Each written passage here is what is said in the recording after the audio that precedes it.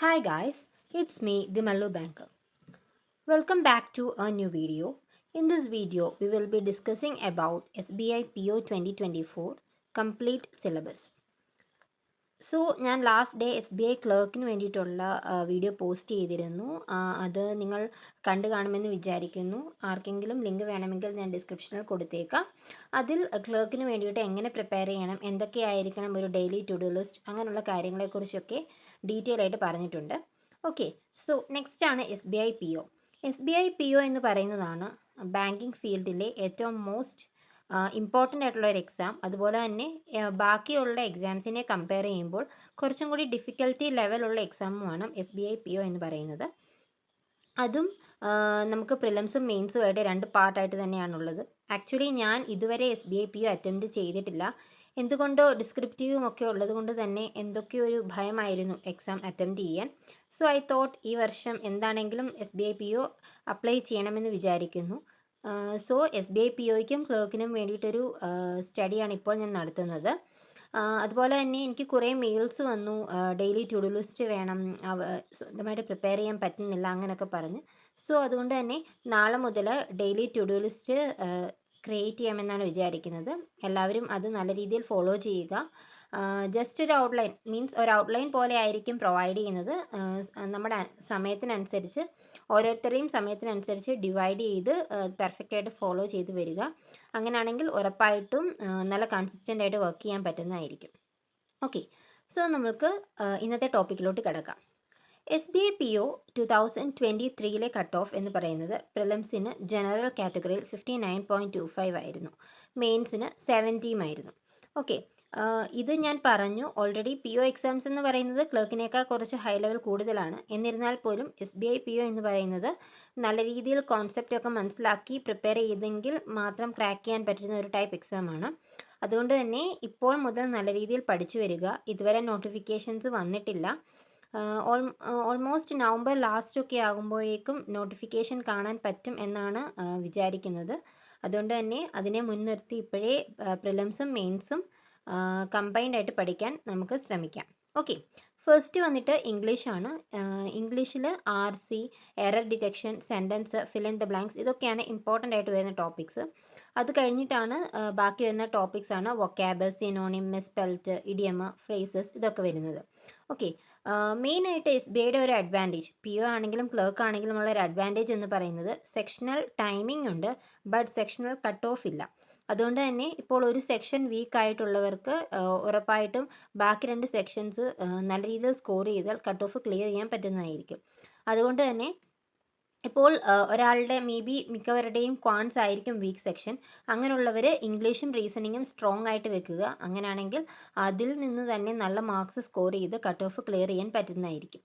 Okay, so ഇംഗ്ലീഷിൻ്റെ കേസിൽ വരുമ്പോൾ എപ്പോഴും ചെയ്യേണ്ട ഒരു കാര്യമാണ് റീഡിംഗ് ഹാബിറ്റ്.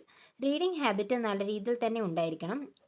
എനിക്ക് R R B P O മെയിൻസിന് 30 മാർക്സ് ഉണ്ടായിരുന്നു. അത് പലരും ചോദിച്ചു എന്താണ് സ്ട്രാറ്റജി, എന്താണ് ഫോളോ ചെയ്യുന്നത്, അങ്ങനെയൊക്കെ.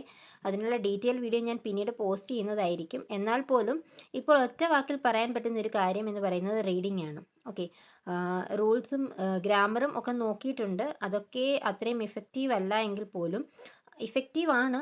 അത് വേണ്ട എന്നല്ല പറയുന്നത്. എന്നാൽ പോലും അതൊന്നും നോക്കാത്ത ഒരാൾക്കും റീഡിങ് നല്ല രീതിയിൽ ഡെയിലി ബേസിസിൽ ചെയ്യുകയാണെങ്കിൽ ഇംഗ്ലീഷിൽ നല്ലൊരു മാർക്സ് സ്കോർ ചെയ്യാൻ പറ്റുന്നതായിരിക്കും. ഓക്കെ, അതിനൊക്കെ വേണ്ടിയിട്ടുള്ള PDF മീൻസ് എന്താണ് സ്റ്റോറി പോലുള്ള ബുക്സ്, അതല്ലെങ്കിൽ ഹിന്ദു എഡിറ്റോറിയൽ, അങ്ങനെയുള്ള നോവൽസോ, അതല്ലെങ്കിൽ എഡിറ്റോറിയൽ വായിക്കുന്നതാണ് ഏറ്റവും നല്ലത്. അതും ഹിന്ദു ആണ് എല്ലാ ടീച്ചേഴ്സും പ്രിഫർ ചെയ്യുന്നത്. കാരണം ഹിന്ദു ആണ് എക്സാമിനറിൻ്റെയും ഫേവറേറ്റ് ആയിട്ടുള്ളത്. അതുകൊണ്ട് തന്നെ ഇപ്പോൾ ബിഗിനേഴ്സ് ആണെങ്കിൽ എന്ത് ചെയ്യുക, നോവലൊക്കെ വായിക്കുക. കാരണം എഡിറ്റോറിയൽസ് ഒക്കെ വായിക്കുന്ന മടുപ്പായിട്ട് തോന്നുമെങ്കിൽ നോവൽസൊക്കെ വായിച്ച് സ്റ്റാർട്ട് ചെയ്യുക. എന്നിട്ട് എഡിറ്റോറിയൽ വായിക്കുക. മിനിമം ഒരു എഡിറ്റോറിയൽ എങ്കിലും വായിച്ച് അതിൻ്റെ മീനിങ് സ്വന്തമായിട്ട് ഒന്നെങ്കിൽ കണ്ടെത്തുക, അല്ലെങ്കിൽ വേറെ ടീച്ചേഴ്സോ മീൻസ് ഇന്ന് മുതൽ ഞാൻ വീഡിയോ പോസ്റ്റ് ചെയ്യുന്നുണ്ട് എഡിറ്റോറിയലിൻ്റെ മീനിങ് ആയിട്ടുള്ളത്. അതാണെങ്കിൽ നിങ്ങൾ യൂസ് ചെയ്താൽ മതിയാകും. ഓക്കെ, അതാണ് ഇംഗ്ലീഷിന് വേണ്ടി പറയാനുള്ളത്. റീഡിങ് മസ്റ്റായിട്ടും ചെയ്യുക. റീഡിങ് ഒരിക്കലും ഒഴിവാക്കരുത്. ഡെയിലി ഒരു ആർട്ടിക്കിളെങ്കിലും റീഡ് ചെയ്യണം. ഓക്കെ, ദെൻ നെക്സ്റ്റ് ആണ് ക്വാൺസ്. ക്വാൺസിൽ മെയിൻ ആയിട്ടുള്ള ടോപ്പിക്സ് ആണ് simplification, quadratic, missing numbers, wrong number, percentage, average, ratio, DI. Okay, simplification, quadratic, ഈ ഒരു സെക്ഷൻ തന്നെ ഒരു 20+ സ്കോർ നമുക്ക് പ്രൊവൈഡ് ചെയ്യുന്ന സെക്ഷനാണ് സിംപ്ലിഫിക്കേഷൻ, ക്വാഡ്രാറ്റിക്. ഇത്രയുമാണ് സ്പീഡ് മാത്സിൻ്റെ ടോപ്പിക്സ്. സോ ഇത്രയും ടോപ്പിക്സ് പഠിച്ചെങ്കിൽ തന്നെ നല്ല ഒരു മാർക്സ് സ്കോർ ചെയ്യാൻ പറ്റുന്നതായിരിക്കും. അതിന് വേണ്ടിയിട്ട് ഇപ്പോൾ ടിപ്സ് ഒന്നും അറിയില്ല, ട്രിക്സ് ഉണ്ട് വേദിക് മാത്സ്, അതൊന്നും അറിയില്ല എങ്കിൽ വൈറൽ മാത്സിൻ്റെ ക്ലാസ്സസ് ഡെയിലി ഫോളോ ചെയ്യുന്നത് നല്ലതാണ്. ബിഗിനേഴ്സ് ആണെങ്കിൽ വൈറൽ മാത്സ് കണ്ട് ടീച്ചേഴ്സിൻ്റെ നവനീത് സാറിൻ്റെ ട്രിക്സ് മനസ്സിലാക്കി പിന്നെ തന്നെ സോൾവ് ചെയ്യുന്നതായിരിക്കും നല്ലത്. അതുപോലെ തന്നെ ബാക്കി മിസ്സിംഗ് നമ്പർ, റോങ് നമ്പർ, ഇതൊക്കെ ഒരു 20 വെച്ചെങ്കിലും മിനിമം.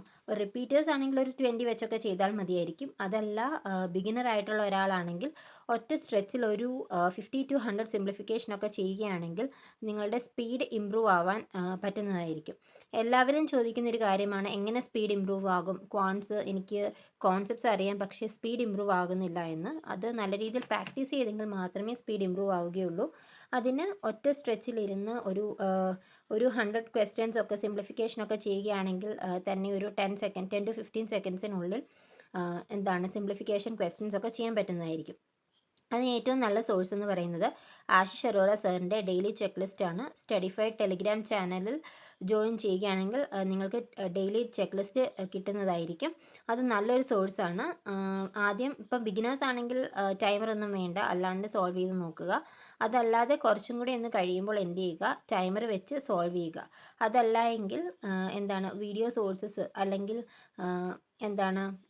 വേറെ ക്യൂസസ് ഒക്കെയുള്ള ആപ്പുകളുണ്ട്. അഡാഡെ ആണെങ്കിലും അതുപോലെ തന്നെ പ്രാക്ടീസ് മോക്ക് ആണെങ്കിലും അങ്ങനെയൊക്കെ ആപ്പുകൾ ക്വിസസ് പ്രൊവൈഡ് ചെയ്യുന്നുണ്ട്. അത് അറ്റംപ്റ്റ് ചെയ്താലും മതിയാകും.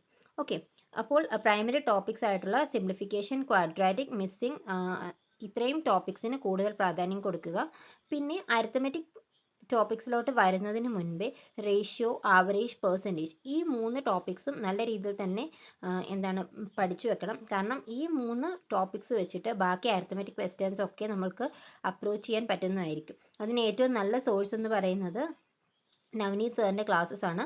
ബേസിക് അറിയത്തില്ലാത്ത ഒരാൾക്ക് ഏറ്റവും ബെസ്റ്റ് സോഴ്സ് അതാണ്. സോ അതിൽ നിന്ന് സ്റ്റാർട്ട് ചെയ്തിട്ട് പിന്നീട് കരിയർ ഡിഫൈനർ അല്ലെങ്കിൽ ആശിഷ് അറോറ അങ്ങനെയൊക്കെ വരുന്നതായിരിക്കും നല്ലത്. ഓക്കെ, ഇതെൻ്റെ പേഴ്സണൽ സജഷനാണ്. നിങ്ങളത് ഫോളോ ചെയ്ത് നോക്കുക. മനസ്സിലാവുന്നുണ്ടെങ്കിൽ അത് തന്നെ ഫോളോ ചെയ്യുക. ഓക്കെ, ദെൻ നെക്സ്റ്റ് ആണ് DI. എൻ്റെ കേസിൽ ഞാൻ DIക്ക് സ്റ്റാർട്ടിങ്ങിലൊക്കെ കുറേയൊക്കെ ചെയ്ത് നോക്കുമായിരുന്നു. എന്നാലും ബാക്കി ഒരു ലെവൽ ഒക്കെ മനസ്സിലായി ആ ഒരു അവസ്ഥയായപ്പോഴേക്കും ഞാൻ DIക്ക് വേറെ ഫോക്കസ് കൊടുത്തിട്ടില്ല.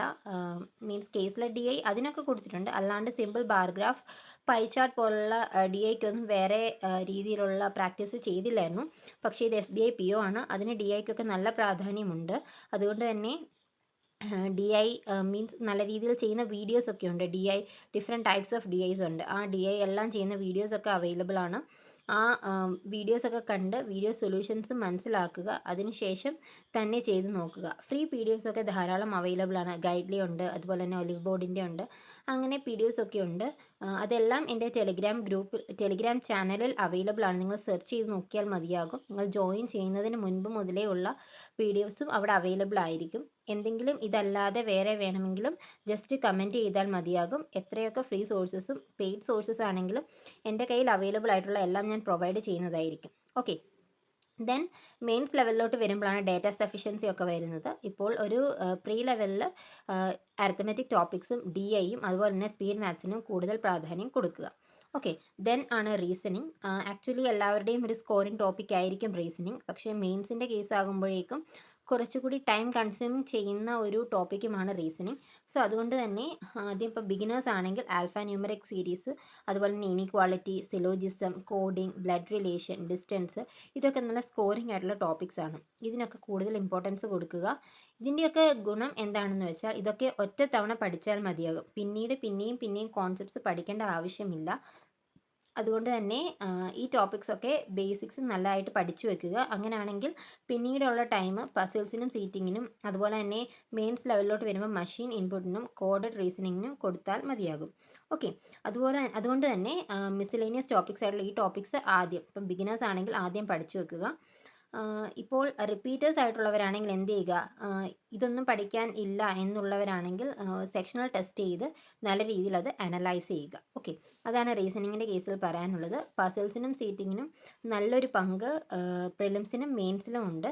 അതുകൊണ്ട് തന്നെ അത് നല്ല രീതിയിൽ തന്നെ അപ്രോച്ചസ് മനസ്സിലാക്കി കുറഞ്ഞ ടൈമിൽ ചെയ്യാൻ ശ്രമിക്കണം. ഓക്കെ, അതിനുള്ള വീഡിയോസും യൂട്യൂബിൽ ധാരാളം അവൈലബിൾ ആണ്. പുനീത് സാറിൻ്റെ ക്ലാസ്സസ്, അതുപോലെ തന്നെ അഡായിലാണെങ്കിലും അതുപോലെ തന്നെ അങ്കുഷ് ലംബ സാറിൻ്റെ ക്ലാസ്സസ്, ഇതൊക്കെ അവൈലബിൾ ആണ്. ഏതൊക്കെയാണോ നിങ്ങൾക്ക് സ്യൂട്ട് ആവുന്നത് അതിനനുസരിച്ച് വീഡിയോസ് കണ്ട് കോൺസെപ്റ്റ്സ് മനസ്സിലാക്കുക. ഓക്കെ, ഇത്രയുമാണ് പ്രിലിംസിൻ്റെ കേസിൽ വരുന്നത്. ഇത്രയും ഒരു ഡെയിലി ബേസിസിൽ ഇംഗ്ലീഷും ക്വാൻസും റീസണിങ്ങും ഒരേ ഫോക്കസോടെ പഠിക്കുക. അതുപോലെ തന്നെ ഉള്ള ഒരു കാര്യമാണ് ജനറൽ അവയർനെസ്സും. അതിനും ഡെയിലി ഒരു പ്രാധാന്യം കൊടുത്ത് തന്നെ പഠിക്കുക. ഓക്കെ, ദെൻ മെയിൻസിലോട്ട് വരുമ്പോഴും നമ്മൾക്ക് എന്താണുള്ളത്, റീസണിങ്ങും അതുപോലെ തന്നെ ക്വാൻസും ഇംഗ്ലീഷും എല്ലാം ഉണ്ട്. അതിൻ്റെ കൂടെ തന്നെ ഡിസ്ക്രിപ്റ്റീവും ഉള്ളതായിരിക്കും. ഓക്കെ, അപ്പോൾ ഇപ്പോൾ ചെയ്യാൻ പറ്റുന്നൊരു കാര്യം എന്താണെന്ന് വെച്ചാൽ ഡിസ്ക്രിപ്റ്റീവിന് വേറെ ഇപ്പോഴേ സോഴ്സസ് ഫോളോ ചെയ്ത് ഇപ്പോഴേ പ്രാക്ടീസ് തുടങ്ങേണ്ട ആവശ്യമില്ല. ജസ്റ്റ് എന്ത് ചെയ്യുക, ഇംഗ്ലീഷ് റീഡ് ചെയ്യുന്ന ടൈമിൽ തന്നെ ഡിസ്ക്രിപ്റ്റീവിന് എന്ത് ചെയ്യുക, ഈ ഫോമൽ ലെറ്റേഴ്സും അതുപോലെ തന്നെ എസ്സേ ടോപ്പിക്സ് ഒക്കെ ഉണ്ടല്ലോ, അതൊക്കെ എന്ത് ചെയ്യുക, ജസ്റ്റ് റീഡ് ചെയ്യുക. റീഡ് ചെയ്ത് ഫോർമാറ്റൊക്കെ ഫോർമൽ ലെറ്റേഴ്സിൻ്റെ ഒക്കെ ആണെങ്കിൽ ഒന്ന് ജസ്റ്റ് ഒന്ന് മനസ്സിലാക്കി വെക്കുക. അത് മാത്രമേ ഇപ്പോൾ ഡിസ്ക്രിപ്റ്റീവിൻ്റെ കേസിൽ ചെയ്യേണ്ടി വരികയുള്ളൂ. സോ ജനറൽ അവയർനെസ്സും വീക്ക്ലി ബേസിസിലെയാണ് പഠിക്കുന്നതെങ്കിൽ അത് ഡെയിലി ഇത്ര പാർട്സ് ആക്കി ഡിവൈഡ് ചെയ്ത് പഠിച്ച് ഒരു 6 മന്ത്സിനെ നല്ല രീതിയിൽ അത് പഠിച്ചു വെക്കണം. കാരണം SBIക്ക് GIക്ക് കുറേ കൂടി പ്രാധാന്യം കൂടുതലുണ്ട്. അതുകൊണ്ട് തന്നെ GA സ്കോർ ചെയ്യുകയാണെങ്കിൽ എന്താണ്, നമുക്ക് മെയിൻസിനാണെങ്കിലും നല്ല ഒരു മാർക്സ് സ്കോർ ചെയ്ത് തരുന്നതായിരിക്കും. ഓക്കെ, ഇത്രയുമാണ് ടോപ്പിക്സിനെ കുറിച്ചിട്ട് ഡീറ്റെയിൽ ആയിട്ട് പറയാനുള്ളത്. അതുപോലെ തന്നെ മോക്ക് എന്ന് പറയുമ്പോൾ SBI ക്ലർക്കിന് പ്രിപ്പയർ ചെയ്യുന്നവരും കാണും. സോ അതുകൊണ്ട് തന്നെ എന്ത് ചെയ്യുക, ഒരു ദിവസം ക്ലർക്കിൻ്റെ മോക്കാണ് ചെയ്യുന്നതെങ്കിൽ പിറ്റേ ദിവസം പിയോടെ മോക്ക് ചെയ്യുക. ഓൾട്ടർനേറ്റീവായിട്ട് മോക്ക് എന്ത് ചെയ്യുക, മാറി ചെയ്യുക. അതുപോലെ തന്നെ വീക്ക്ലി ഒരു 2 ഡേയ്സ്, ഇപ്പോൾ വീക്ക്ലി ഒരു മെയിൻസ് മോക്ക് ക്ലർക്കിൻ്റെ ചെയ്യുകയാണെങ്കിൽ പിയോടെ ഒരു മെയിൻസ് മോക്ക് ചെയ്യാൻ ശ്രമിക്കുക. ഓക്കെ, അനലൈസ് ചെയ്യുക. മോക്ക് എന്ന് പറയുന്നത് അനാലിസിസ് ഉണ്ടെങ്കിൽ മാത്രമേ മോക്ക് ചെയ്തിട്ട് പ്രയോജനമുള്ളൂ. ഓക്കെ, അപ്പോൾ മിനിമം ഒരു മോക്കിന്, ഇപ്പം മാക്സിമം ഒരു മോക്കിൻ്റെ ആവശ്യമേ ഇപ്പോൾ ഉള്ളൂ. നോട്ടിഫിക്കേഷൻസ് ഒന്നും വന്നിട്ടില്ല. അതുകൊണ്ട് തന്നെ മോക്ക് ചെയ്യുമ്പോൾ നല്ല രീതിയിൽ അനലൈസ് ചെയ്യുക. അത് ഒരിക്കലും മാറ്റി വെക്കരുത്. അനാലിസിസ് ചെയ്യുമ്പോൾ തെറ്റിയത് എന്തുകൊണ്ട് തെറ്റി, അതുപോലെ തന്നെ ടൈം കൂടുതലെടുത്തത് എന്തുകൊണ്ട് ടൈം കൂടുതലെടുത്തു, ഇങ്ങനെയുള്ള കാര്യങ്ങളെല്ലാം അനലൈസ് ചെയ്യണം. അതുപോലെ തന്നെ ടൈം എവിടെയാണ് കൂടുതൽ എടുക്കുന്നത്, എന്തുകൊണ്ടാണ് ഞാൻ ഈ ക്വസ്റ്റ്യനിൽ സ്റ്റക്കായി പോയത്, ഇതെല്ലാം മനസ്സിലാക്കണം. ഓക്കെ, അപ്പോൾ ഇത്രയും കാര്യങ്ങളാണ് പറയാനുള്ളത്. അതുപോലെ തന്നെ നാളെ മുതൽ ടെലിഗ്രാമിൽ ഞാൻ daily to do list update ചെയ്യുന്നതായിരിക്കും. എല്ലാവരും അത് ഫോളോ ചെയ്ത് നോക്കുക. നിങ്ങൾക്ക് തീർച്ചയായിട്ടും അത് യൂസ്ഫുൾ ആകും. Okay, then that's it and thank you for watching. Bye bye.